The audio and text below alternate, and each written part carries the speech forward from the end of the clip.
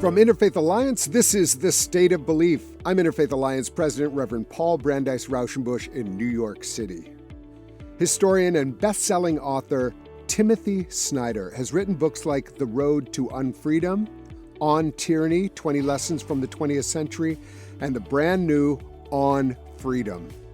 In this moment, when we are looking for a roadmap on how to best safeguard democracy, Dr. Snyder brings the wisdom of a historian with a lifetime of experience on European history, the Holocaust, and the proliferation of authoritarian regimes. His new book does offer some guidance for what happens next, and we'll get details this week on The State of Belief. We need these conversations more than ever. Please make sure you subscribe, share, and rate the State of Belief podcast at Apple Podcast or your favorite podcast platform. Help more people learn that religion is meant to be a bridge, not a bludgeon, and that none of us need to be alone in this dangerous time. Our library of past conversations includes well over 100 hopeful, empowering, inspiring interviews with guests like Reverend Tracy Blackman, Amy Spitalnik, Valerie Kaur, Reverend Jim Martin, and so many, many others. You can help grow the State of Belief with a financial contribution. Find out how at stateofbelief.com, and you can support and join the work at Interfaith Alliance at interfaithalliance.org. And now to my guest. Dr. Timothy Snyder is a renowned historian and professor of history at Yale University, specializing in modern European history with a focus on authoritarianism, the Ukraine, and the Holocaust. His many influential books include Bloodlands: Europe Between Hitler and Stalin and On Tyranny, 20 Lessons from the 20th Century. These and other titles have helped shape the discourse on democracy and historical memory. His new book is titled On Freedom and explores what freedom truly means, how it has been misunderstood, and why it is critical for our collective survival. It debuted as an instant New York Times bestseller and has earned praise from leading figures such as Anne Applebaum and Ukrainian President Zelensky. I am very happy that that book brings Dr. Snyder to the State of Belief today. Timothy, welcome. Glad to be with you. So, sir, we are in a moment, and it is a moment that somehow you have presaged in a lot of your work. And I have to say, it still is one of those things where I think of work like yours as talking about things over there, but it's actually not about over there. It's about right here. It's about everywhere. And so I just really want to start with a moment of gratitude, because I think a lot of times, academics are, kind of hither and yon, and it's just really important that you understand how important your work has been for those of us out in the field and those of us trying to understand this moment. I mean, the word public intellectual gets thrown around a lot, and I think it seems very grandiose.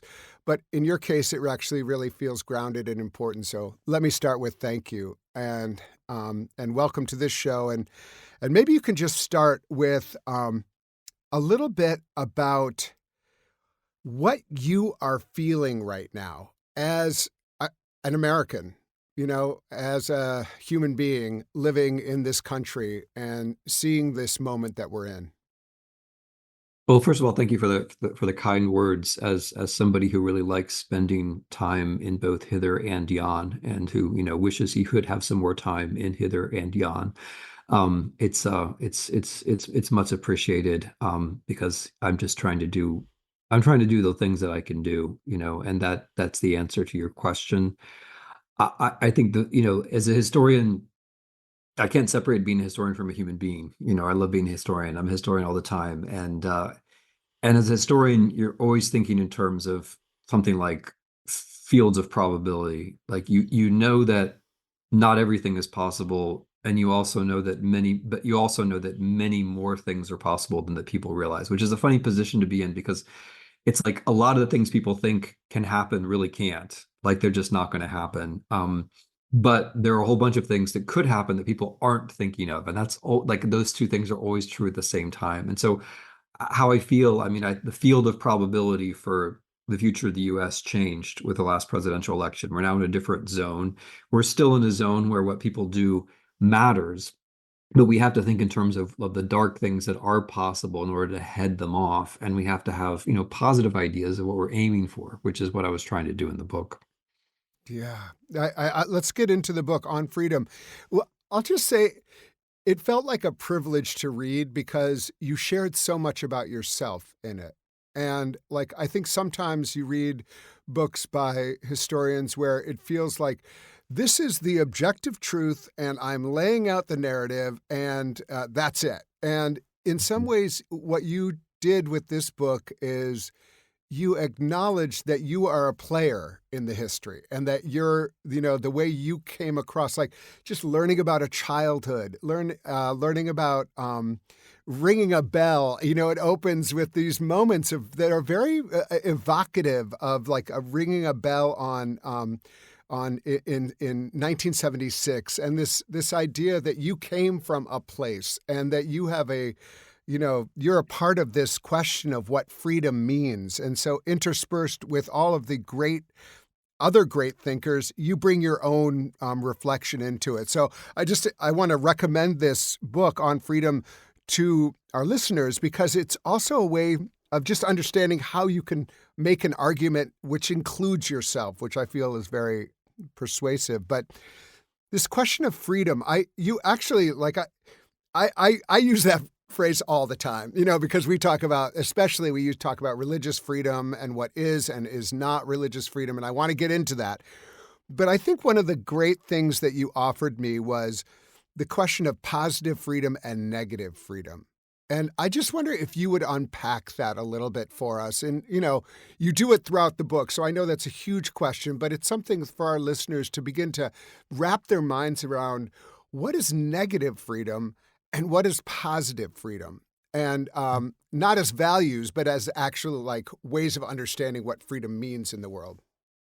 That's great. Let me try to link your setup with your question because it is a book which is somewhat about me, but it's largely about me being wrong, and that reveals something about the way historians are supposed to work. So if you read a book that passes for history and it just makes a bunch of grand proclamations and it confirms the things you already thought, then it's probably a very bad history book. A very good history book is going to have lots of deep footnotes and lots of research, and it's not necessarily going to hem and haw, but it's going to end up in a different place than the author intended. Like every single history book I've written, I've had a hypothesis and then I went out and tested it. And not only was I wrong, but I was asking the wrong question. And like you just keep doing that with the sources until you land at a place where you can write with assurance.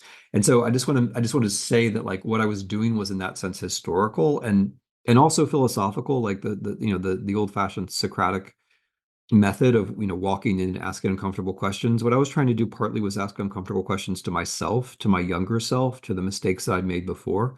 And so that leads to the question, like a lot of Americans, or at least like white male Americans coming from a relatively prosperous background, I don't think I thought hard enough about the substance of freedom.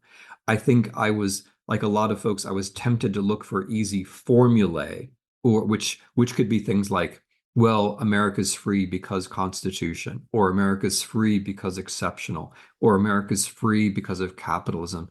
And the problem with all those formulas, like they're grand and attractive and they're elegant and they get you to like literary or biographical closure, but they're 100% wrong. Like nothing can actually bring you freedom. To be a free person, you have to struggle. And that gets us to the beginning of what positive freedom is. So positive freedom means that you care about things, that you have values, that you care about integrity or decency or beauty or grace or whatever it might be, and you believe these things are real. And this is like a very important already juncture because there are a lot of people out in the world who are arguing that nothing is real, nothing is true, nothing is of value. Like our totalitarians or our authoritarians of this century are very often starting from the premise that, hey, look, nothing's really true. It doesn't really matter, right? There's nothing there to care about. The only thing that really matters is power. And so already with this is already a big first step. And then the second step in thinking about positive freedom is to realize, okay, there are these good things, but they don't always go together. right? So I can be precise in my answer to you, but I could also be I could also be brief in my answer to you. And like I got to balance those two things, right? Like the more brief I am, the less precise I'm going to be. And this is always true. We're always making these balances. And so that's what makes us human is that we care about things, but then we have to combine them, right? Like in maybe in God's world, all good things go together, but in this world, certainly they do not. And so as humans, we're building up character by making these choices all the time. And so then the third step is, okay, if freedom is positive and freedom is a state where we can make these choices about what's good and develop ourselves and become the people we want to be, what kind of politics does that involve? And that's pretty easy because then you can just say, okay, you should have a government which creates the conditions which, given our weaknesses and possibilities as the kinds of biological and spiritual creatures we are, what kind of structures then allow us to become that free person? So it's not more government, less government. Who cares? It's the right kind of government, right? So that's Mm. positive freedom. Negative freedom is like a baby step towards positive freedom, but it doesn't get you all the way there. Negative freedom says freedom is just about the barrier. It's just about the thing which is in the way, which is okay. But the thing is, you have to remember the human pressing against the barrier. Like if there's a wall, it doesn't matter if there's no human behind the wall, right? The wall is bad because of the human who's pushing. And the human isn't pushing just because wall is bad. The human is pushing because the human wants to go out and do other things and become a richer, more interesting person, right? So the wall shouldn't be the focus of our attention. It has to be the human. And the mistake a lot of Mm. Americans make, particularly, is we say, okay, well, freedom's only negative. It's only about the barrier, and the barrier is the government. And therefore, so long as I'm slagging the government, then I'm being a free person. And that's just such an easy shortcut, and it's just not true, right? Sometimes government helps, sometimes it hurts. But if we want to be free people, there are lots of things which we need the government for, right? We can't create roads or kindergartens or healthcare or all kinds of other things which help us to be free without working together. And that's what government is for in the end. And so freedom is positive in the sense of philosophically, lots of things are good, but it's also positive politically in the sense that we have to work together to create the right structures to help us all to be free rather than just saying, oh, government's a problem, let's drown it in the bathtub, let's make it as small as we can, let's burn it all down. Right. That is, it's amazing. And it is really an argument for looking at the world always with an eye towards. I love the idea negative freedom is the baby step, but then there's so much more that has to happen. And one of the things you talk about in the book is that it's not enough that our Constitution or our, or our Declaration of Independence says some things. Like that means almost nothing. It's what we do with that. But I mean, in some ways we say we are free because we have a constitution that tells us we're free. No, that's not it. It's like what we do in response to the Constitution or in the response to, the ways that we've been invited into being, part of this country and its evolution. So it was just really, it's helpful to think in that way because it also it is not it offers us a process-oriented understanding of freedom Mm. that is always, always becoming, and that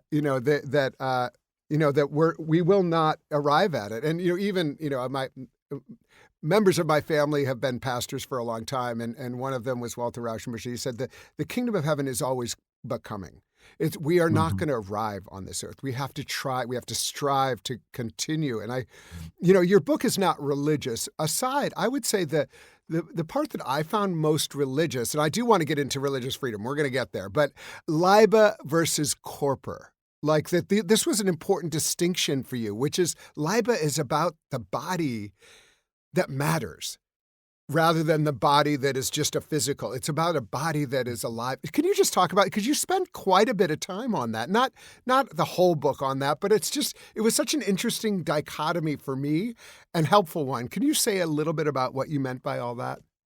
Well, let me just take a step back and just address the broader question, because I do go off on some Christian riffs by way of a couple of female philosophers, one of whom you've mentioned, or you're referring to, Edith Stein, for whom this distinction between Leib and Kircher Yeah. was important. I'll Yeah. get to that. Another is Simone Weil, Yeah. and in different ways, they were after something which I think we need for freedom, freedom wasn't their big preoccupation necessarily, but they in different ways argue that you need the other person to be free. And I think this is a very Yes. profound way to start. And it goes to this issue of positive and negative too. Because if you believe in negative freedom, if you think that the problem is the barrier, what you're implicitly saying is, I'm cool, right? Everything's fine with me. It's just the government that's the problem. And then the other people are the problem. I'm Right. cool. Whatever I'm doing is great. I'm free. And of course, if freedom is about becoming, and if it's about the good things in life, that can never be right. Like you're never cool. Like you can be better, worse. You can be striving, not striving. But if you just say like what I'm doing right now is great, you're probably not a free person because you don't know who you are. And that's where you need the other person. So Stein was a philosopher of empathy. That's what her dissertation was about, and a very important work. And what she said, which is important to freedom, is that you can't really know yourself without knowing the other person. And so for our purposes, like you can't like you have problems and no one's going to tell like you need someone to tell you what your problems are, right? Like you're living life inside a story and it's your story, but your story is wrong in some important respects. Like we're all walking around with like metaphysical shaving cream on our faces and somebody has to tell us that, right? And you're only going to do that, like you're only going to listen to the other person if you believe the other person is real. Like if you believe the other person is in the world the same way that you are, and that's effort, right? That takes effort. And that's what Stein calls empathy. And of course, and so empathy isn't just about like being a nice person. It's not this touchy-feely thing. It's like you need empathy to know yourself. And if you don't know yourself, you're not going to be a free person. You're gonna get Mm. caught up in some false story. Negative freedom being one of these false stories, because negative freedom says, "Hey, you're cool. It's just the rest of the world. All you have to do is be a rebel, and you're going to be fine." And by the way, let me tell you how to be a rebel. Make the government smaller. And of course, the person who's telling you to make the government smaller turns out to have a billion times more money than you do. And it turns out that you're, in fact, living inside their story, which means you're not a free person at all. Simone Weil, and so, of course, that empathy business comes out of the parable of the Good Samaritan, explicitly or implicitly.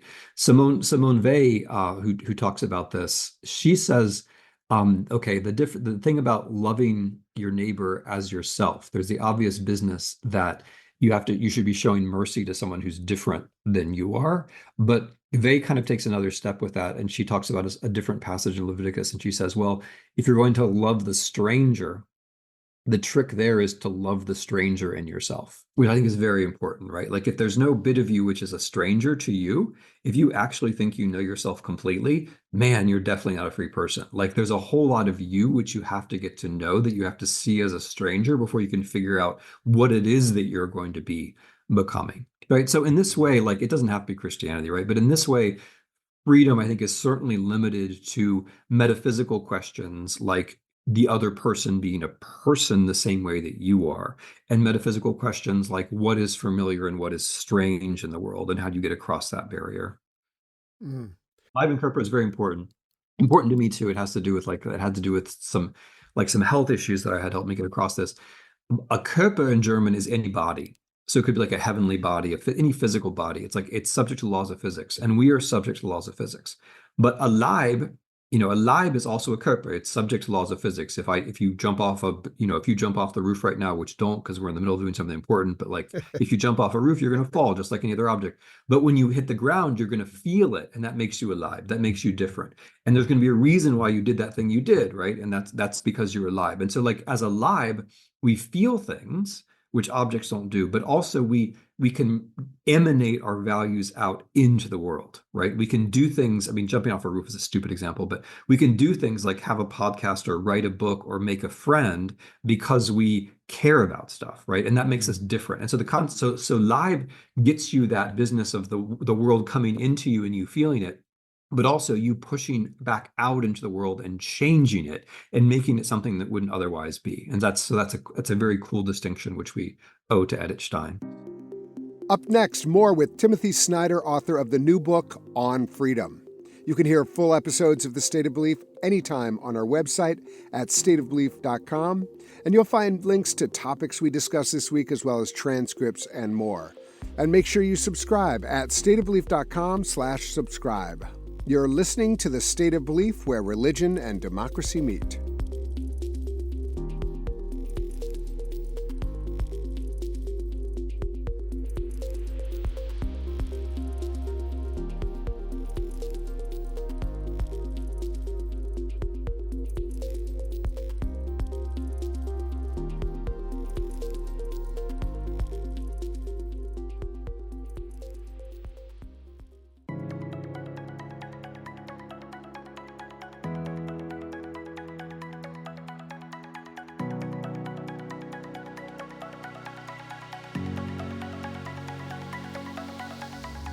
Welcome back to the State of Belief. I'm Interfaith Alliance President, Reverend Paul Brandeis Rauschenbusch.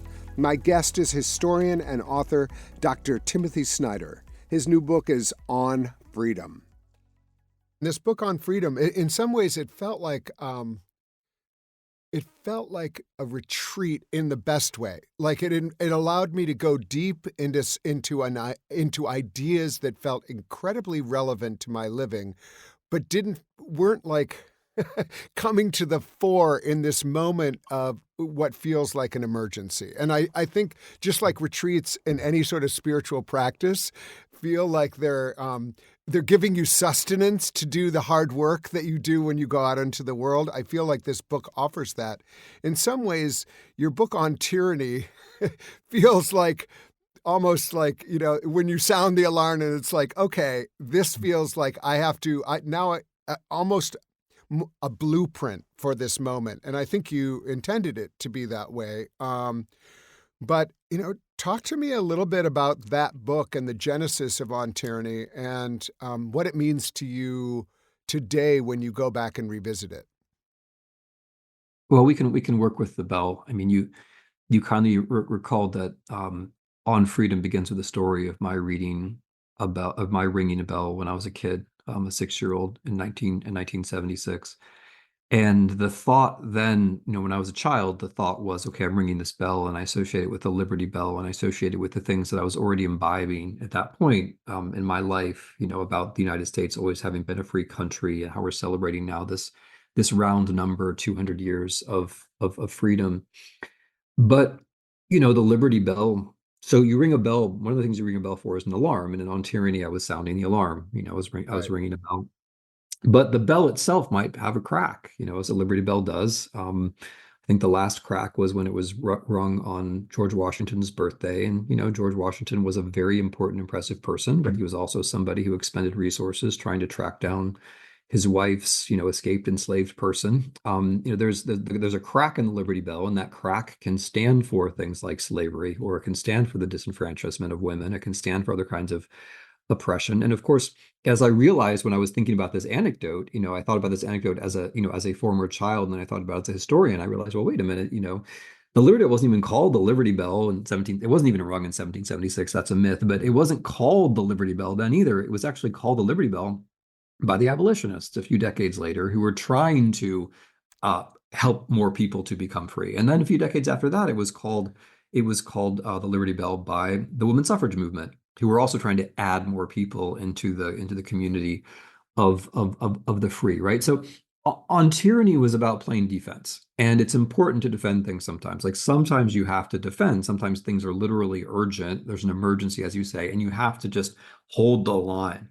But even as you're holding the line, especially if you have to hold the line for a long time, you have to be thinking about, well, wait, what about draw? What about, I draw the line, but wait a minute, drawing the line just to defense, or maybe I need to draw the line in the creative sense too. Maybe I need to take this line and make a beautiful picture of it. Maybe I need to know what it is that I'm actually defending. Maybe I have to think not just in terms of the present, but the future. Maybe I have to define values not just in terms of holding off the bad ones, but generating the good ones. And so that was the challenge from On Tyranny to On Freedom, to think about America critically, but also to think about America constructively, and to think about freedom not just as something of which you can be deprived and which you have to defend, but think about freedom as something which has a substance, and which you have to create and which you have to extend. So that's the relationship between the books. I love that. And, that feels so important right now. It is important that we draw the line and that there is a moment like we're like, it feels very much on defense right now. But, just to divert for a second, my organization, Interfaith Alliance, like we're actually launching something called Promise 2025, which obviously is a play on Project 2025. But we're like, it's not enough just to refute Project 2025. We have to cast a vision that people can see and a vision for how how our democracy can work for everybody in the future, and work towards that even as we play defense against some of the most egregious things that are coming. One of the lessons that I'm seeing everywhere and now I'm just repeating it to everyone, is like not submitting in advance. Mhm. And that, I hate to, it's a little crazy to be like, hey, what do you think about all these things that you wrote? But that's what we're doing here. But I do think that that's like a really helpful reminder, because the Mhm. temptation is to give ground even when it hasn't been asked of you yet. And I think so. Can you talk a little bit about what that means to you, and maybe how you're seeing it play out in our politics even as we speak? Yeah. No, I mean, don't obey in advance, which is the first lesson of On Tyranny, is a kind of natural connection back from our discussion of On Freedom, because in order not to obey in advance, you have to have a notion of what you yourself stand for. Like that's the beginning. Like your notion of what's normal. Because if you don't, and the normal thing I get out of, incidentally, I get the normal thing out of the anti-communist dissidents, but also out of working on Holocaust rescue, because so often what happened in both of those cases, which I researched a fair bit with primary sources, that people would have these two different ideas of normal, where like somebody who took risks to rescue a Jew during the Holocaust would often be very like almost very inexpressive about it, right? To the point of being mute. But when rescuers said things, they were often saying things like, "Well, I was just behaving normally." And then, which of course seems crazy, because you look at and you say, well, that's not how everybody else behaved. But what they meant by normal wasn't what everybody else was doing. What they meant by normal was normal to me, normal to me, and I'm not going to change when everybody else around me is changing, right? But that bragging part is the part that I'm adding, but that's what was meant. And then interesting, similarly, like in the Soviet dissident literature, you get a very similar formulation where people say like, well, I didn't want to go to the gulag, I wasn't trying to be a fighter for freedom. I don't even consider myself a dissident, whatever that means. I just wanted to have a normal life, where normal meant stuff like I could speak my own language, I could sing my own songs, I could have my own friends, I could be honest about the things I cared about. Like that was normal, right? Normal is not what everybody else is doing, all the conforming and the submitting, and the normal is I wanted to be me. And so it's like it's both a small definition of normal, but also a very big definition of normal. People talk about a moral compass, and it all feels very kind of like technical or vague, but Mhm. there is something inside of us that says, okay, this is what is right for me. This is what I truly believe. This is what I will act in accordance to who I am, and I think doing some of that, making some of the internal, external, or like doing some of the reflective pieces right now of like, what do I truly believe? What is that? What will that help me to do as normal for me? Is like, I think one of, we can call it, you can call it a psychological thing, but it can also be a spiritual exercise of like, who am I? What is Yeah. normal to me? And I think that's really important in moments like this. Yeah, absolutely. I mean, pausing on this before we even get to the first lesson properly. Um, the the there are exercises, as you say, right? Like back in 2016, Sarah Kendzior wrote an essay where she basically said, okay, maybe it was early 2017. She said, like, write a letter to yourself. Like, write down what you think is important to yourself. Do this now. And then, check it at various instances and try to hold true to it. And it seems very simple, but I think that's a really good idea. That because you can try to, because the things that you think are normal, you may not actually are not articulate them. And if you articulate them to yourself, or to even better, to a small group of other people, there's a better chance you'll be able to hew to them as time goes on, and as other people start to obey in advance, right? Because the motion is always going to be towards obeying in advance. That's what most people are going to do. And you're going to feel, I mean, even if you're a saint, even if you're a perfect person, you're still going to feel that tug, that gravitational tug to go along with the tide, and to obey in advance. And so, like, the normative part has to come first, and making the normative part a social part by talking about it with other people, or just having like a small group discussion where each of you says, hey, these are the things that I think are normal that I'm going to try to stand by. And then meeting again a couple of months later and seeing how that is going, because people will adapt, and then they will rephrase, and then they will adjust, and then they will find excuses. And this isn't just a moral thing, like we've been talking about on the moral plane now, but honestly, on tyranny, it's mainly a political thing, that the the only way that somebody like Trump can actually transform the whole political system is if people think he can. And not just they're willing to obey orders, but they just, as a default, imagine the world as he imagines it. And then you think, okay, if the world's going to be like that, then what do I have to do to make sure I don't get hurt? What do I have to do? And then you half thinkingly give the power, right? You give the power. And that's the most Right. anti-freedom thing that you can do. And the problem is once you've done it, you then use the rest of your mind to justify having done it, Right. and you're really stuck. Right. These exercises feel like one of the reasons that perhaps congregations exist is to like really, reflect on what our principles are, what we really stand for, or, what we will show up for, and to do that, as individuals, but also as a collective. And so, whatever tradition you might be in, like making that intentional, and making that explicit among your close congregational, partners could be a really important exercise right now. So I'm just curious, what are you seeing? Like we're kind of whatever, a month in or so after the election, and kind of careening towards, an inauguration. What are you seeing as far as the country, and are people beginning to obey in advance? What are you seeing? Well, I mean, for our conversation, I think one thing which is worth dwelling on is a kind of moral aggression, where the appointments that Trump has put out there, and not all of them are going to survive, and some of them have already fallen, but the appointments he's put out there have been a kind of, I would say, a kind of form of moral aggression, because you're supposed like if you're dealing with a Pete Hegseth who is, I mean, no, there's just nothing. I'm sorry, there's just like nothing good to say about him. Like okay, other people I'm sure are more forgiving than me, but somebody who he's a drunk and he abuses women and has no qualifications for the job, and his notion of what the U.S. military should be doing is that it should be purged so that there can be a holy war inside the country. When I'm quoting him, this is what his books say, and and so then so you face a choice. Like either you say, well, wait a minute, like that is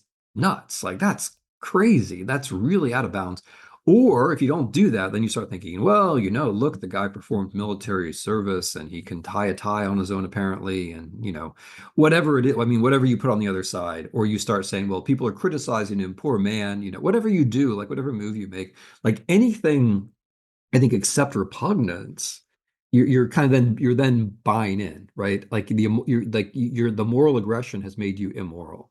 And I Hmm. think the same goes for a whole bunch of these other appointments. Like it's like Matt Gaetz, who's fallen already, but like that's just extreme moral aggression, because if you do anything but say, well, wait a minute, he's not only not qualified, but like he's somebody who has been dodging and avoiding the rule of law his whole life. How can he be the attorney general? Like if you do anything besides repugnance, you're then like a victim of this moral aggression. You're kind of like, oh well, I don't know what you can say in favor of him, honestly, except that like, oh look, he's a white guy and he can apparently tie a tie by himself.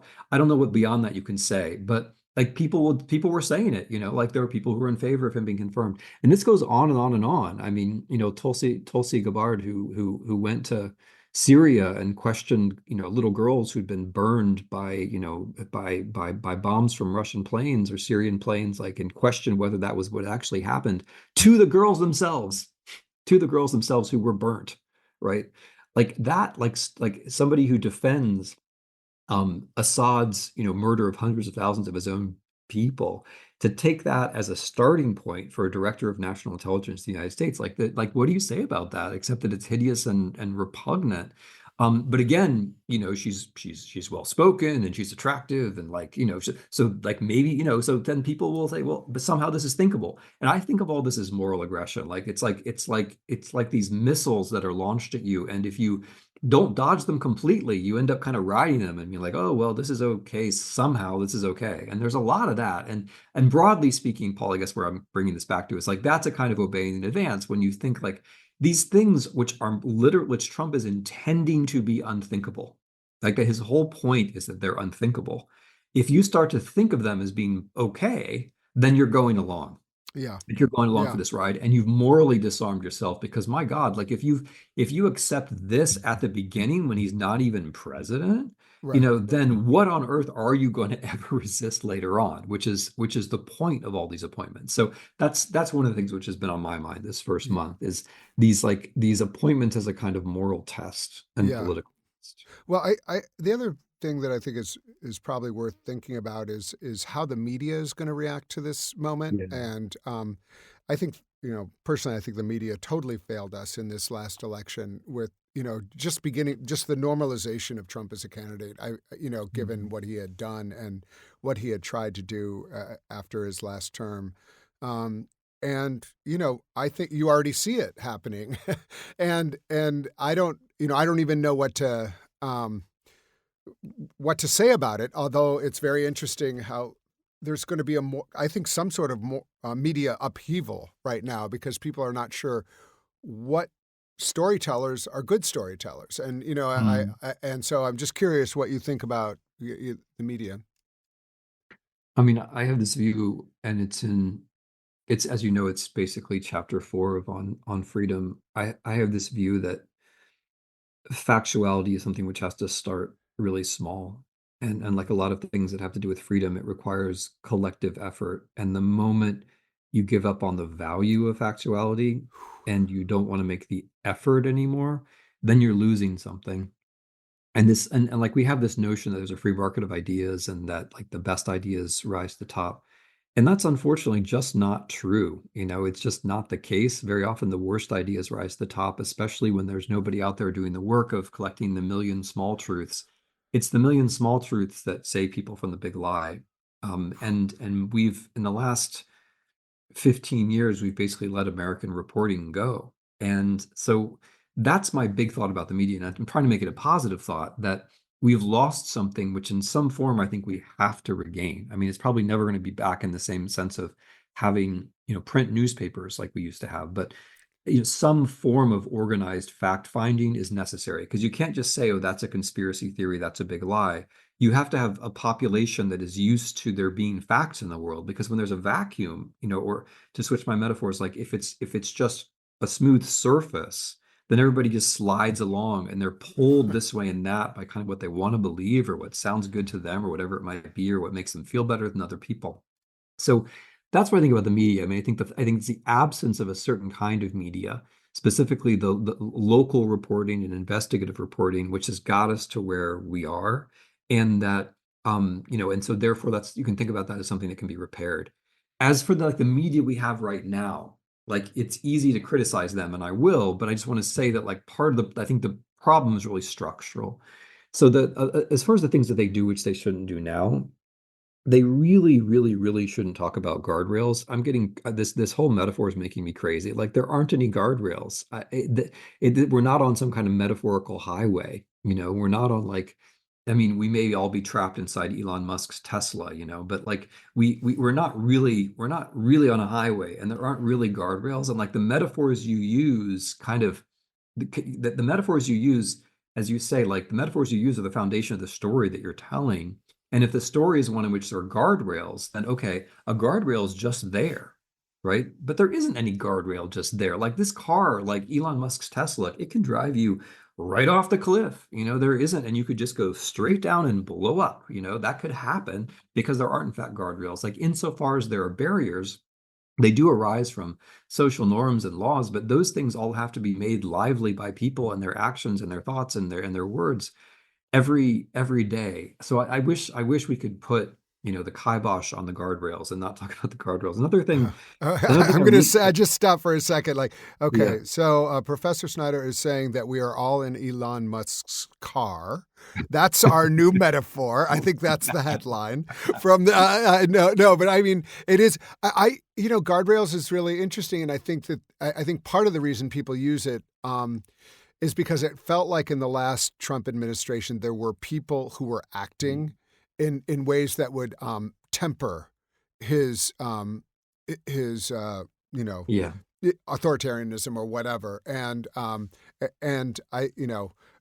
I'm certainly those people are not there anymore, and but I think it's probably helpful to think of like, yeah, there's no.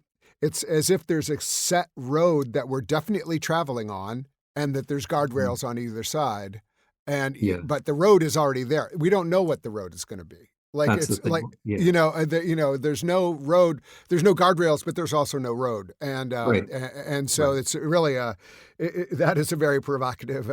I'm sorry I cut you off. You were going to No, continue. no, it's good. You're Yeah, making this yeah, better all the time. yeah, Like yeah. we're on like this open heath, but we're trapped inside Elon Musk's car, and the stereo is on and we can't turn it off. Right, that's another Right. Well, feature. and actually, and it's pre-programmed Yeah. to Elon's favorite tunes that are like Right. broy, very broy, tech broy tunes. So yeah. Um, oh, Okay. All right. maybe we've gone as far as we need to with that. I think we have taken this car off the cliff, and we probably Sorry both about deserve a that. fiery death at this point. But another thing since you asked, another thing I really, this is mostly for people on the, it's people on the far right say this, but also people on the far left say it sometimes too, and it annoys me more when they do it. The other thing I really wish people would stop saying in the media is shake things up. Like that's I we don't like a government is not something that can be shaken up, right? Like a cocktail, yes. But I mean, aside from cocktails, there's almost nothing in the world that actually needs to be shaken up. I mean, maybe a paint can or something, but in general, shaking things is bad. And and I think when people talk about like, well, Trump appointing some anti-vaxxer to some important health position, now that's going to shake things up. No, it's not. It's not going to shake anything up. It's just going to kill lots of people. And let's cut to the chase. Let's avoid like the kind of half hopeful metaphors because it's not going to shake anything up. It's just Mm, going to wreck mm, things. And I think mm. the shaking things up idea, like allows us, it's like, oh, there's a silver lining to every cloud. No, like Right. sometimes there's just hail coming out of that cloud. Right. Yeah, the idea that you can break something that's like very Yeah. Dumpty, and it's like Yeah. the other I just on the facts thing, I want to make sure that we get that because one of the most chilling moments early, very early in the in 2017 was when Kellyanne Conway said we have alternative facts, and then you were Mhm. like, oh, I get it. Like there's no establishing reality here. It's we're or we are going to establish the reality that helps us get to what we want, rather than look at look at actual facts. I think that's really important. I would be remiss given right now we are doing a lot of reflecting as an organization that works on religion and democracy around what is the role of religion in democracy, and especially right now the way freedom of religion has been weaponized in some cases to Mhm. specifically, marginalize our responsibility to one another. If you are free, if you're free not to, you know, serve someone as is free to not serve a LGBTQ person. Um, like, what is it? I'm just curious how you understand the freedom of religion as it, in relation to certainly the First Amendment, but also in your like deep understanding of what freedom means. All right, I'll start with that, and then you can cut in because we're coming at this from two very different positions. I think that I mean there's a very positive relationship, or there can be, between religion and freedom. Um, the freedom of religion is basically it's a negative thought, right? Like there should be a separation between church and state, and there should. But I want to start somewhere else. You can't really have freedom without a notion of what is good. And one thing that religion serves people as is as as a kind of metaphysical source. Religion can offer notions of what is good, not the only ones, right? And certainly not ones that can't be challenged by other religions or by people who are not religious. But religion can be a source of metaphysical commitment. It can, and it can lead you to caring about things like consistency or grace or mercy, and those things are necessary for freedom, right? So I'm not saying religion is necessary for freedom, but I'm saying that there's a fundamental way in which a religious commitment can actually help with freedom, so long as that you recognize, and this is now important, and this is in the book, it's also in my other book, Road to Unfreedom, so long as you recognize that on this earth, those things clash. right? So the moment you think like this earth could be God's earth and they could all be brought together into one thing, then you're a totalitarian. I mean, you're like then you're a Christo-fascist or something, and you're not going to be supporting freedom because in fact, at least in our world, there is a clash between between patience and precision. There's a clash between mercy and consistency. There's often a clash between loyalty and honesty. All kinds of clashes. Um, and so long as you recognize that, though, then I can see religion as a wellspring of freedom. I just wanted to start with that because I don't want to see the whole thing as problematic from the very beginning. The second thing, in terms of Christianity, which I notice as an observer of Europe and also in the U.S., is this kind of distinction between Christianity as an us-them distinction or Christianity as a sort of doctrine of neighborliness, like in the Good Samaritan sense. Because there was a conversation between two people who may not be that familiar, but Viktor Orban and Donald Tusk about a decade ago, in which like Orban was describing Christianity as us and them, like we're the Christians and everybody else is the Muslim, Jewish, whatever hordes. And Tusk was saying, no, Christianity is a doctrine of brotherly love. It's a doctrine of toleration. To be a Christian means to accept the humanity of those other people, right? And those are two very different notions of Christianity, and they're at loggerheads right now. And unfortunately, at least judging by the American election, where Trump got a clear minority of Jews and Muslims, but a clear majority of Christians. It's one of those ideas which seems to be prevailing. And I guess another thing which worries me among American Christians and Trump is this kind of like this sort of sneaky nihilism that where Christianity is all about preemptive forgiveness. And you're gonna have to help me with this, but like one thing that I notice among a figure like Mike Johnson is like no matter how bad your guy is, it's okay because you've already forgiven him preemptively. It's like always forgive in advance. Like no matter what Trump does, Mike Johnson's going to be there to say it's okay, right? And what kind of Christianity is that exactly? The always forgive in advance. I mean, I understand that we want to be forgiving, but the notion that all evil is okay because I've already adopted a stance in which whatever someone does, I have the personal power to forgive it. That strikes me as being very dangerous and as a kind of empirical challenge which is out there. Just on the Mike Johnson and other Christian nationalists who are, supporting Trump, he represents a different kind of. He doesn't. They're not even looking at him actually as a Christian. They're looking at him as like they've described him as a Cyrus figure, as someone who's like they're anointed by God to help Christians Yeah. regain their status, and I mean, so Yeah. so he doesn't have to live up. They've already like exempted him from the kind of So that was a very neat trick to kind of get Mhm. around all of his moral failings because he was anointed by God to do something else, and that's like really, really rough. Terrible theology, but one that is definitely operating in a lot of people's minds. Yeah, I've just Mhm. enjoyed this conversation so much, but I would be remiss if I didn't invite you to think more globally about what's happened here and how it's going to impact the rest of the world. And specifically, you've been such an important voice on Ukraine and recognizing, that there's a whole nother world out there that isn't about the America, but America certainly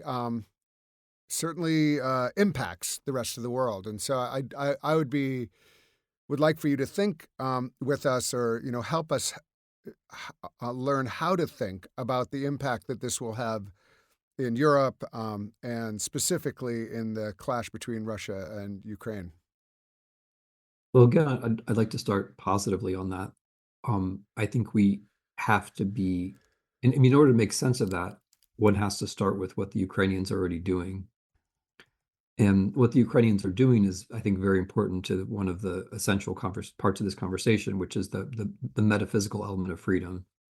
Like if we think freedom is just negative, then we can think of it as like a question in physics. I'm just a billiard ball, and maybe I'm bouncing up against against the bunker, or I'm not, right? Um, but if freedom is positive, if it's about values, if it's about things that we hold dear, then the world isn't just a physics problem. The world is about humans who care about things and sometimes have to take risks. And Ukraine's really important for that.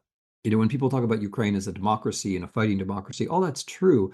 But within that, there's also this element that people have a hard time getting their fingers on, which is the metaphysical part. Like they're taking risks because they actually think something is good. Like they think their way of doing things with their local democracy and their regional democracy and their civil society is better than a way of doing things which involves abducting children and terror and nihilism. And that may seem like an easy choice, but it's actually not, because you have to take the risk in order to do whatever, to stay in the country, to fight. And not that it's easy or simple, because it's really not. It's incredibly complicated and messy. But if we let the Ukrainians lose, or if we throw American power on Russia's side, which is one of the things that the Trump administration could conceivably do, and make the Ukrainians lose, we're putting out that spark. Like it's not just that it's a domino, right? That's just in the physical world, right? But it's like a spark being snuffed out. Like it's an example of people who are willing to take risks for something they regarded as good, which didn't work, and therefore it's going to be much less likely to be followed because people are not going to see this sense of it, right? It's going to be a terrible victory for the people in the world like Putin and like Trump who don't think there's anything good. And if you don't think there's anything good, you never end up with democracy, because democracy only makes sense if you think that there's a community of people who have different ideas of the good, and therefore we're going to have elections, we're going to sort it all out with representation. But if nothing's good, you're never going to end up with democracy. If nothing's good, you're just going to end up with, well, I've got $100 billion and I'm going to try to control the army, or I control the army, therefore I'm going to try to get $100 billion. Like those are the two variants that are left when you say like that nothing's true and nothing's good. So I just want to start with that, with like what the Ukrainians have been doing for us. And then there are strategic things, that they're deterring China probably because they're showing how offensive operations are difficult, or they're holding off nuclear proliferation because they're showing that you can keep a war at a conventional level, even if the opponent is a nuclear power. They're holding up the international order in the sense that like they're defending the basic principle that you shouldn't be violating borders with force, annexing territories. They're doing a whole lot of things that make our world more sensible and more coherent. And if we lose that, like it's not just the cost. What I'm trying to say is that sure, it will be horrible for tens of millions of Ukrainians if we try to sacrifice them, but it will also be horrible for us because they're doing things for us the whole time, which we take for granted. Mm.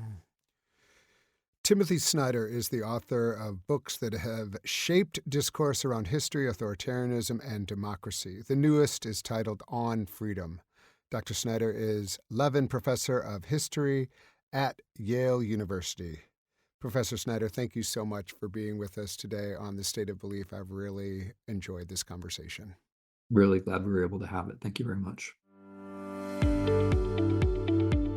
I'm sure you know someone who would get a lot out of these conversations, so please share The State of Belief with them, and be sure to subscribe to The State of Belief at Apple Podcasts or your favorite podcast platform.